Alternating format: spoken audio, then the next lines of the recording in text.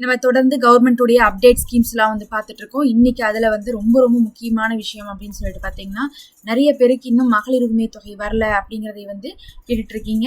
அதாவது பார்த்தீங்கன்னா, பொதுவாக மகளிர் உரிமை தொகை வராதுக்கு ஒரு 2-3 காரணங்கள் இருக்கும். அதை செக் பண்ண சொல்லியிருக்காங்க.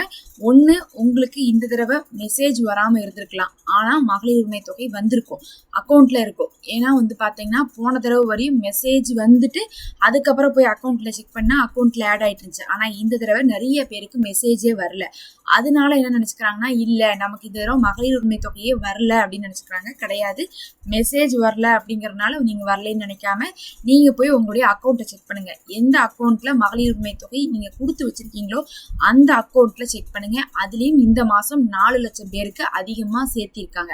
அப்ப வழக்கமா வாங்குறதை விடவும் 4 லட்சம் பேர், 1,31,00,000 பேர் வாங்கிட்டு இருந்த இடத்துல 1,35,00,000 இந்த மாசம் உயர்ந்திருக்கு.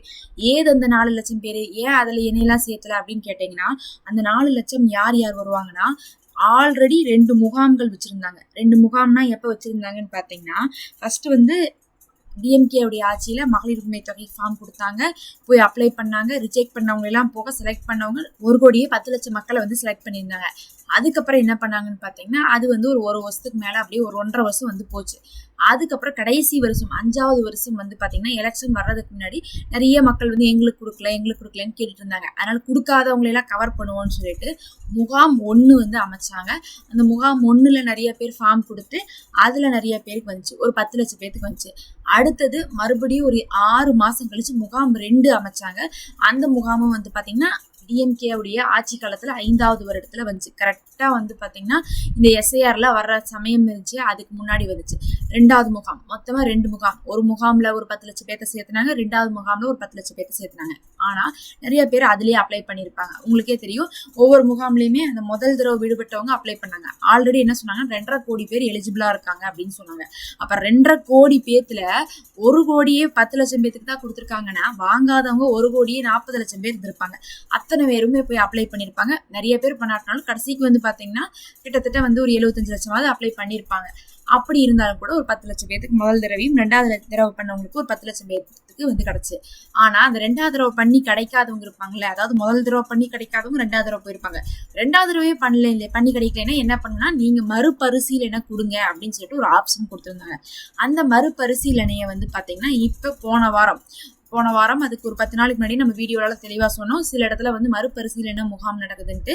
அப்ப மறுபரிசீலனை பண்ணவங்களை என்ன பண்ணிருக்காங்க, இப்ப அதை செக் பண்ணி அவங்கள செலக்ட் பண்ணிருக்காங்க. சிலர்லாம் ஆன்லைன்ல மறுபரிசீலனை பண்ணாங்க, சிலர் ஆஃப்லைன்ல பண்ணாங்க.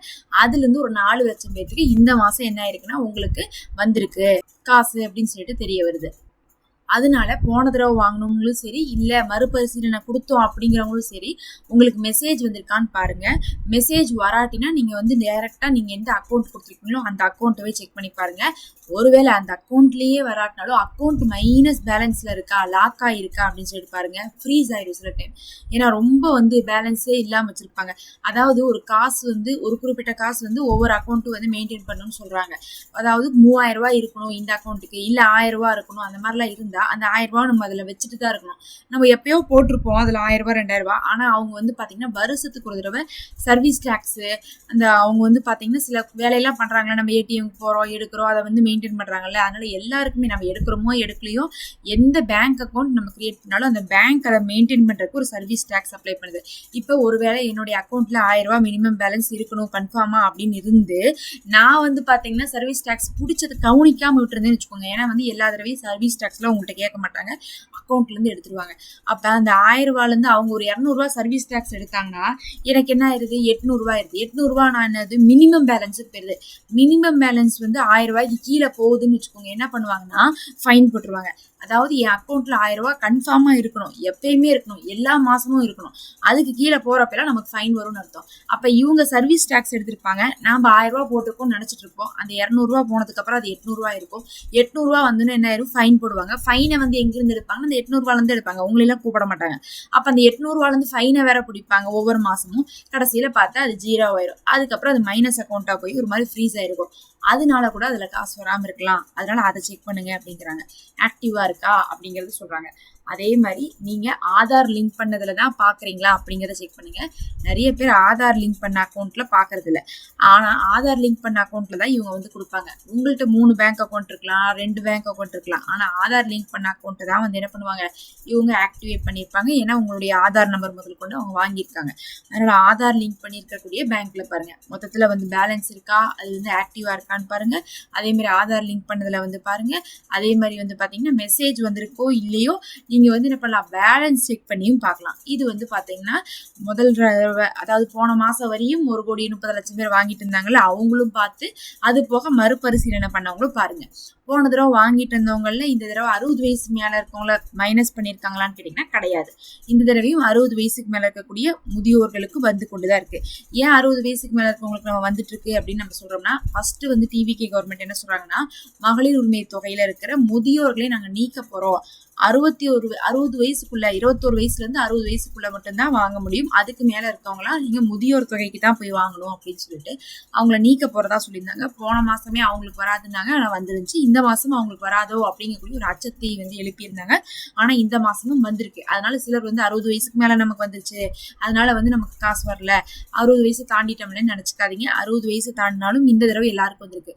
அப்ப போன தடவை வரையும் வந்து வாங்கிட்டு இருந்த எல்லாருக்குமே இந்த தடவை வந்திருக்கு. அது போக ஒரு 4 லட்சம் பேருக்கு சேர்த்து 1,35,00,000 பேருக்கு இந்த தடவை காசு 1000 ரூபாய் வந்திருக்கு. 1000 ரூபாய் தான் வந்திருக்குது. ஏன்னு பாத்தீங்கன்னா இது வந்து ஸ்கீம் என்னமோ 2,500 ரூபாய் தான். ஆனா 2,500 ரூபாய் ஒதுக்க முடியலைங்கிறனால 1000 ரூபாய் வந்திருக்கு. கடைசியா பாத்தீங்கன்னா இப்ப அப்ளை பண்ணாதவங்களுக்கு வருவோம். ஏன்னா அப்ளை பண்ணாதவங்க என்ன பண்ணும், அப்ளை பண்ணி வராதவங்களுக்கு நம்ம சொன்ன மாதிரி நீங்க செக் பண்ணுங்க, மெசேஜை செக் பண்ணுங்க, பேங்க் அக்கௌண்ட் செக் பண்ணுங்க, ஆதார் லிங்க் பண்ணதை செக் பண்ணுங்கன்னு ஒரு 3 வழி சொன்னோம். ஆனா எனக்கு இன்னும் அப்ளையே பண்ணல, நான் வந்து பாத்தீங்கன்னா அப்ளை பண்ணி கேன்சல் ஆயிடுச்சு, எனக்கு எப்ப வரும் அப்படின்னு சொல்லி கேட்டீங்கன்னா, அதுக்கு வந்து பாத்தீங்கன்னா வெளியிடுவாங்கன்னு எதிர்பார்க்கப்படுது. இந்த வாரம்லாம் வந்து பாத்தீங்கன்னா விஜய் அவர்களுடைய பிறந்தநாள் இருக்கிறதுனால அதனால வந்து அறிவிப்பு கொடுப்பாங்கன்னு எதிர்பார்க்கப்படுது. அதே சமயத்துல இன்னொரு வட்டாரம் என்ன சொல்றாங்கன்னா, இல்ல இப்பதான் வெள்ளை அறிக்கையை வெளியிட்டு இருக்காங்க, அதனால வெள்ளை அறிக்கை வெளியிட்டு இருக்கிறதுனால அந்த வெள்ளை அறிக்கையில வந்து நிதி ஒதுக்க முடியாத நிலைமையில இருக்காங்க, அதனால வந்து இன்னொரு 3 மாசம் தள்ளி போடுறதுக்கு கூட வாய்ப்பு இருக்குன்னு சொல்றாங்க. ஒரு சிலர் என்ன சொல்றாங்கன்னா, புது அப்ளிகேஷன் கொடுத்து அந்த 1000 ரூபாய்க்கு ஆளை சேர்த்திடுவாங்க, அதாவது 2,500 ரூபாவாக இப்ப உயர்த்த மாட்டாங்க, 1000 ரூபாய்க்கு ஆளை சேர்த்திட்டு எல்லாருக்குமே இப்ப 2 கோடி பேத்துக்கு கொடுக்குறோம் இருக்காங்க மகளிர் உரிமை தொகை, அந்த 2 கோடி பேத்துக்குமே வந்து 1000 ரூபாய் கொடுத்துட்டே இருப்பாங்க. அதுக்கப்புறம் நிதியை வந்து உயர்த்தி பட்ஜெட்லாம் போட்டதுக்கு அப்புறம் அதை வந்து உயர்த்துவாங்க அப்படின்னு சொல்லப்படுது. அது வந்து நம்ம பொறுத்து இருந்து தான் பார்க்கணும். ஏன்னா ஆளாளுக்கு ஒரு கருத்து சொல்றாங்க. நியூஸ்ல பாத்தீங்கன்னாவே தெரியும், இப்படிதான் சொல்லிட்டு இருக்காங்க. ஒண்ணு 2,500 ரூபாய் இப்ப வந்து இந்த மாசமே வந்து என்ன பண்ணுவாங்க, அப்ரூவ் பண்ற சான்ஸ் இருக்குங்கிறாங்க. சிலர் என்ன சொல்றாங்க 2,500 ரூபாய் வராது, 1000 ரூபாயில இருந்து 1,500 ரூபாய் வரும்னு சொல்றாங்க. சிலர் என்ன சொல்றாங்க, சீக்கிரமா முதியோரை பிரிச்சு போட்டு மிச்சம் இருக்கக்கூடிய அந்த 2 கோடி மகளிர்களை சேர்த்த போறாங்க, ஃபார்ம் கொடுக்க போறாங்க, ஆனா இன்னும் ஃபார்ம் வெளியே விடல, ஆனா கொடுத்துருவாங்க சீக்கிரம் அப்படின்னு சொல்றாங்க. இந்த மாதிரி ஆளாளுக்கு ஒரு கருத்து தான் நியூஸ் சேனல்ல நீங்க பாத்தீங்கன்னா முந்தா நேத்தே வந்து பார்க்கும்போது நிறைய நியூஸ் சேனல்ல இருந்து வந்துட்டு இருந்துச்சு. பொறுத்திருந்து பார்க்கலாம். இப்ப 4 லட்சம் பேர்த்த வந்து ஆட் பண்ணிருக்காங்க. அடுத்தடுத்து ஆட் பண்ணும்போது நம்ம உங்களுக்கு யாரெல்லாம் எப்படி அப்ளை பண்ண முடியும் அப்படின்னு சொல்லிட்டு மறக்காம சேனலை சப்ஸ்கிரைப் பண்ணிக்கோங்க.